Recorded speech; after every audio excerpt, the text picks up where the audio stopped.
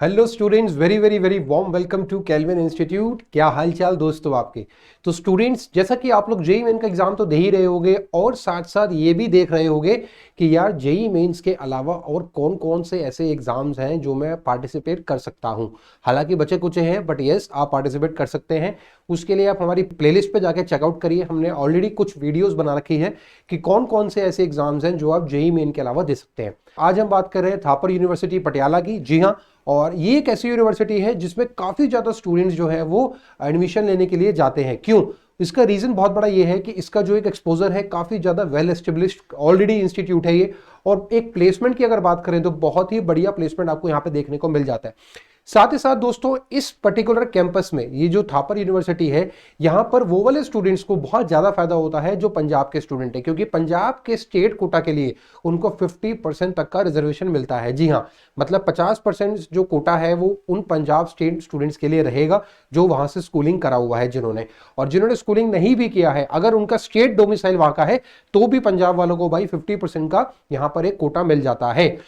तो अब जो आउटसाइड पंजाब के स्टूडेंट्स हैं तो डेफिनेटली कंपटीशन जो है वो थोड़ा सा बढ़ जाता है उस केस में। आगे हम इस वीडियो में पूरी की पूरी बात करेंगे कि क्या एडमिशन प्रोसेस होता है, किस किस तरीके से थापर यूनिवर्सिटी में एडमिशन लिया जा सकता है, और क्या कट ऑफ गई थी भैया लास्ट ईयर, ताकि पता चल पाए एक बार कि जेई मेन में कितना यार एटलीस्ट एक स्कोर रेंज लाना पड़ेगा, ताकि मेरे कुछ कॉलेजेस डिसाइड हो जाए, मेरी कुछ यूनिवर्सिटी डिसाइड हो जाए कि हाँ मैं यहाँ जा सकता हूँ। तो चलते हैं दोस्तों, स्टार्ट करते हैं इस वीडियो को। मेक श्योर आप वीडियो को लाइक, शेयर और सब्सक्राइब जरूर करें, अपने दोस्तों के साथ शेयर करें ताकि हम लोग आपके लिए नई नई वीडियोस लेके आते रहें।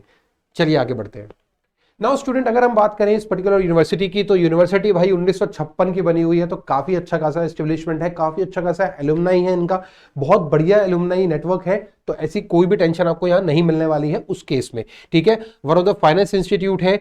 एनआईआरएफ रैंकिंग की बात करें तो ज्यादा है, बट अगर मैं एक इंस्टीट्यूट और यूनिवर्सिटी को कंपेयर करूं तो आप देखोगे यहाँ पे 31 इन यूनिवर्सिटी रैंक आ रही है इसकी और 29 इन इंस्टीट्यूट आ रही है, विच इज वेरी गुड। मतलब इसमें कोई बुरी बात नहीं है कि आपका जो रैंक है वो 30 रैंक आ रहा है इतने इंस्टीट्यूट्स में से। 250 एकड़ का इनका भाई पूरा प्रॉपर कैंपस है। दो इनके कैंपस है, एक मेन कैंपस है और एक और कैंपस है, उसके बारे में हम यहाँ पर आगे आपको डिस्कस करके बताने वाले हैं। तो अब बात कर लेते हैं भाई कि इस एडमिशन अगर आपको लेना है इस यूनिवर्सिटी में तो कितना रोकड़ा देना पड़ेगा, कितना पैसा आपको देना पड़ेगा, क्योंकि अच्छा खासा यहां पर आपको पैसा देना पड़ता है अगर आपको यहां पर एडमिशन लेना है। तो यहां पर भाई अगर आपको बीटेक करनी है तो भाई 3.5 लाख रुपए आपका एवरेज एक साल का अमाउंट जाता है। जी हाँ, जो अप्रोक्सीमेट आपका जाएगा 16-17 लाख रुपए 4 साल का। उसके बाद 12th में आपकी एलिजिबिलिटी चाहिए, 60% एग्रीगेट आपका होना चाहिए। देन नेक्स्ट आपके सारे के सारे कोर्सेज का यहां पर दिया हुआ है, आप चेकआउट कर सकते हैं, मास्टर्स का भी और बीएससी का भी।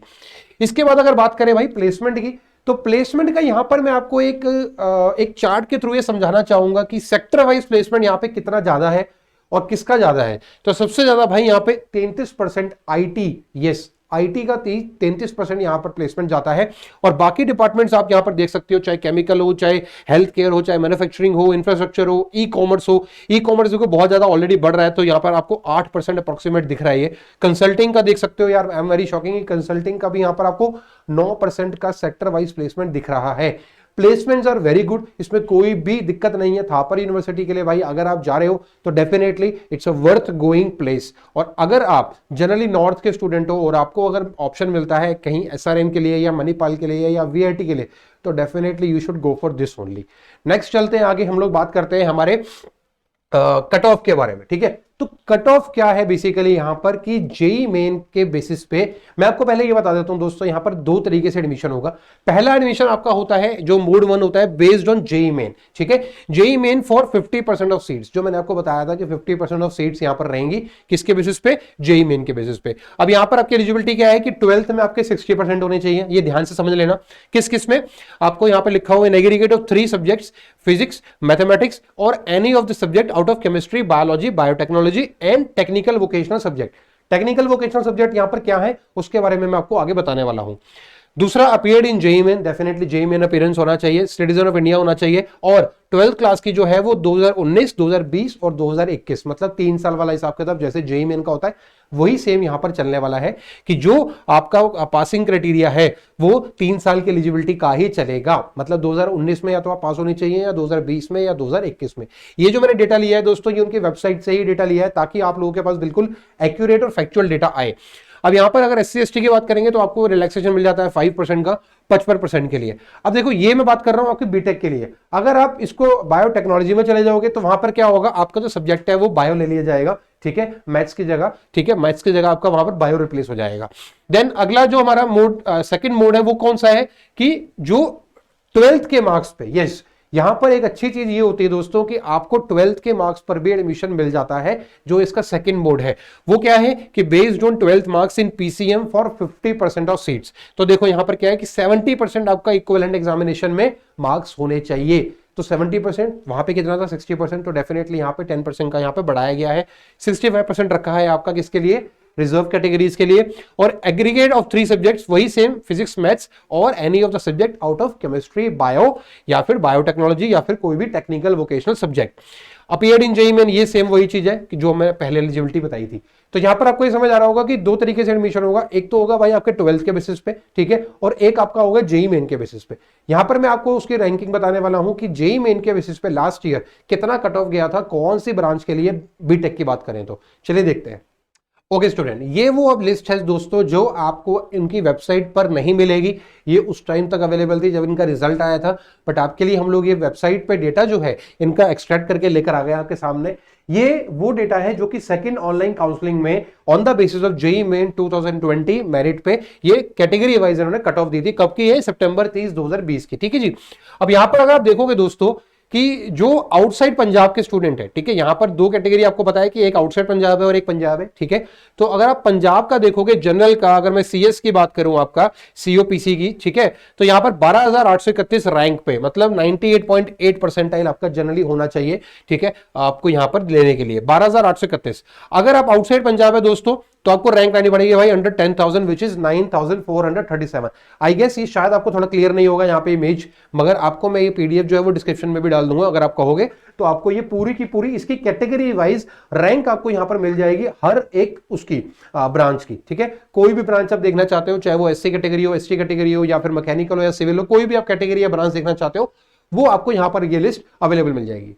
इसके अलावा दोस्तों बोर्ड जो टॉपर्स होते हैं उनको भाई एक बड़ा अच्छा रिलैक्सेशन यहाँ पे मिलता है।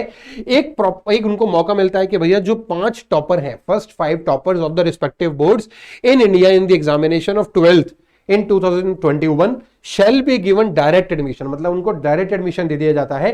बट उनके लिए एक छोटा सा रूल ही होता है कि हाँ भाई उनका जो जेईई मेन है वो एटलीस्ट अपीयर होना चाहिए। ऐसा ना हो कि जेईई मेन अपीयर ना हो और वो बोर्ड एग्जाम के टॉपर है, वैसे बहुत कम होता है ऐसा, बट अगर ऐसा है तो उनको एडमिशन नहीं मिलेगा। जेईई मेन जो अपीयरेंस है दैट इज मस्ट। ये यहां पर इन्होंने लिखा हुआ है कि जो डायरेक्ट एडमिशन है वो ले सकते हैं in the very first year और उनको वो मौका मिलेगा। इसके बाद दोस्तों अगर बात करें नंबर ऑफ सीट्स की, तो टोटल नंबर ऑफ सीट्स यहां पे आपको देखने को मिल जाती है 2515। इसकी लिस्ट भी मैं आपको डिस्क्रिप्शन में डाल दूंगा अगर आप कहोगे। और यहाँ पर मोड 1 और मोड 2 मतलब दोनों के मोड के हिसाब से यहाँ पर सीट्स का बाइफरकेशन किया हुआ है, ठीक है। और ये जो बाइफरकेशन है ये ब्रांच वाइज बाइफरकेशन है, ठीक है। अगर आप कंप्यूटर साइंस इंजीनियरिंग का देखोगे तो मैं जो बता रहा था कि 2 कैंपस आपके यहाँ पर आते हैं, पटियाला कैंपस और डेराबस्सी कैंपस। तो डेराबस्सी कैंपस थोड़ा सा इतना एस्टेब्लिश नहीं है अभी के लिए। वहां पर बेसिकली क्या होता है, अगर आप जाते हैं तो 2 साल बाद आपको मेन कैंपस जो कि पटियाला में है, जो बहुत अच्छा कैंपस है, वहां पर शिफ्ट कर दिया जाता है। बट ऐसा सुना है कि जो 2 साल है वो भी भाई बड़े मुश्किल से वहां गुजारे जा सकते हैं क्योंकि बहुत ज्यादा एक रिमोट एरिया में है वो। तो कंप्यूटर साइंस एंड इंजीनियरिंग का आपका हो गया पटियाला कैंपस, ठीक है, जिसमें 90 सीट्स है दोनों में, मोड 1 एंड मोड 2 में। सेम ऐसे ही हर एक ब्रांच का, हर एक प्रोग्राम का यहां पर आपको सीट्स अवेलेबल मिल जाएगा। नेक्स्ट चलते हैं दोस्तों यहां पर एप्लीकेशन की। अब यहां पर आप देख लीजिए कि कब तक एप्लीकेशन जो है आपको फिल करनी है इसके लिए, क्योंकि यहां पर कोई एक्स्ट्रा एग्जाम नहीं है, यहां पर सिर्फ आपको ऑनलाइन एप्लीकेशन फिल करना होगा। उस ऑनलाइन एप्लीकेशन फिल करने की डेट ऑलरेडी आ चुकी है और जो लास्ट डेट है वो आप देख लो यहां पे। एप्लीकेशन रिसीव जो होंगे टिल जून 15, ठीक है। और काउंसलिंग की जो एलिजिबिलिटी होगी डेफिनेटली अगर वो ऑनलाइन होती है या इन पर्सन होती है, जैसे हो सकता है कि कोविड चल रहा है तो शायद ऑनलाइन ही हो, मगर अगर इन पर्सन काउंसलिंग होती है तो उसके लिए डॉक्यूमेंट्स चाहिए होंगे, उसकी हम बात अभी आगे करने वाले हैं। तो कितना फीस है भाई, 1500 रुपए एप्लीकेशन फीस है दोनों मोड के लिए, मोड 1 एंड मोड 2 के लिए। एक ही बार एप्लीकेशन होगा, दोनों के लिए अलग अलग करने की जरूरत नहीं है, मतलब एक ही बार आपको फिल करना होता है, जिसमें मोड 1 एंड मोड 2 दोनों के लिए आप एलिजिबल हो जाते हो। आगे चलते हैं दोस्तों, तो यहाँ पर डॉक्यूमेंट्स की बात करते हैं। डॉक्यूमेंट्स में यहाँ पे काफी लंबा चौड़ा आप लोगों को भाई यहाँ पे डॉक्यूमेंटेशन लेके जाना पड़ता है। तो चलिए देखते हैं कि क्या क्या डॉक्यूमेंटेशन आपके यहाँ पे जरूरत होती है। सबसे पहले देखोगे कि copy of field downloaded application form, भैया जो एप्लीकेशन फॉर्म है उसको लेकर जाना है, जो आप फॉर्म फिल करेंगे उसकी डाउनलोडेड होनी चाहिए। जो आपका 12th है या डिप्लोमा है या ग्रेजुएशन है या पोस्ट ग्रेजुएशन है वो आपकी वहां पर रहनी चाहिए, उसका सर्टिफिकेट होना चाहिए। जो मैट्रिक्स है या हायर सेकेंडरी एजुकेशन है उसका सर्टिफिकेट होना चाहिए जिसमें डेट ऑफ बर्थ जरूर हो। Result card of entrance exam, entrance exam मतलब यहां पर बात कर रहे हैं जेईई मेन के बारे में। Same admit card of entrance exam जो आपकी बात कर रहे हैं हम लोग जेईई मेन के बारे में। कैरेक्टर सर्टिफिकेट आपको मिल जाएगा यहाँ पे। देन मेडिकल फिटनेस सर्टिफिकेट आपको चाहिए होता है एज पर एनेक्सर 3।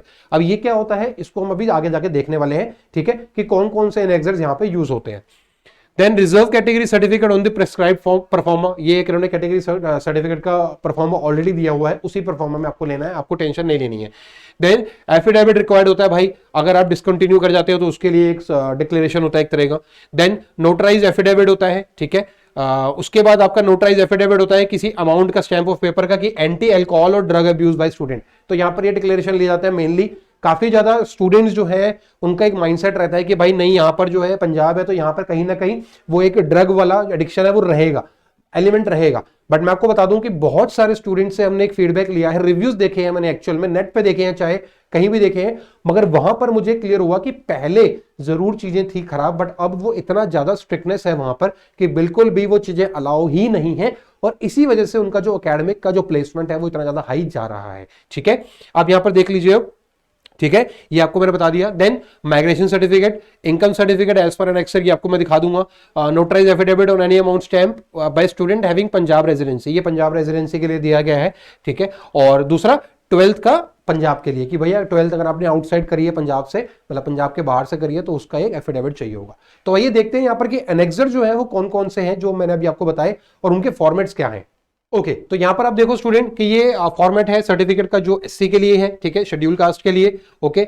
और उसके बाद यहां पर दिया हुआ है form for backward classes OBC के लिए, ठीक है जी। इसके बाद नेक्स्ट चले हम लोग मेडिकल सर्टिफिकेट के लिए, आपको फॉर्मेट दिया हुआ ऑलरेडी। और इस पूरी की पूरी आपको सेशन में इस पूरे के पूरे फॉर्मेट में आपको ये सब मिल जाएगा, ये सब मिल जाएगा कि क्या क्या आपको डॉक्यूमेंट्स किस किस फॉर्मेट में चाहिए। तो यार मेक श्योर आप इस थापर यूनिवर्सिटी में जरूर अप्लाई करें, ठीक है। अगर आप पंजाब के स्टूडेंट है तो मैं डेफिनेटली बनता ही है बनना, क्योंकि आप करते ही करते हैं नहीं हो। बट अगर आप आउटसाइड फ्रॉम पंजाब है, लेट्स सपोज जो नॉर्दर्न एरिया है वहां के हैं, तो ये आपके लिए बहुत ही अच्छा ऑप्शन है अगर आप साउथ इंडिया में जाके नहीं कर सकते। क्योंकि जनरली क्या होता है जब आप साउथ इंडिया जाते हैं तो वहां पर आपके लैंग्विस्टिक बैरियर्स भी आते हैं, बहुत सारे अलग अलग खाना पानी चेंज होता है, वो सब चीजें आती हैं।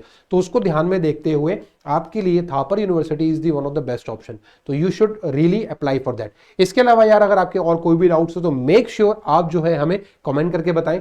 मेरा पर्पस ये था इस वीडियो को बनाने का कि आपको ये पता चल जाए कि यहाँ पर एडमिशन किस प्रोसेस से होता है और आप किस किस कितना कितना कट ऑफ आपको या कितने मार्क्स एटलीस्ट चाहिए होंगे जेईई मेन के अंदर, ताकि आप इसको भी अपने एक चेकलिस्ट में रख पाए कि हाँ यार चलो ये भी एक मेरी यूनिवर्सिटी है जिसको मैं लुकआउट कर सकता हूँ। चलिए दोस्तों मिलते हैं किसी और वीडियो में, आप लोगों में कमेंट करके जरूर बताइएगा और साथ ही साथ लाइक शेयर और सब्सक्राइब जरूर करें वीडियो को, ताकि हम लोग आपके साथ बने रहें इसी तरीके से और वीडियोस लेके आते रहें। Thank you so much students, all the very best, thank you.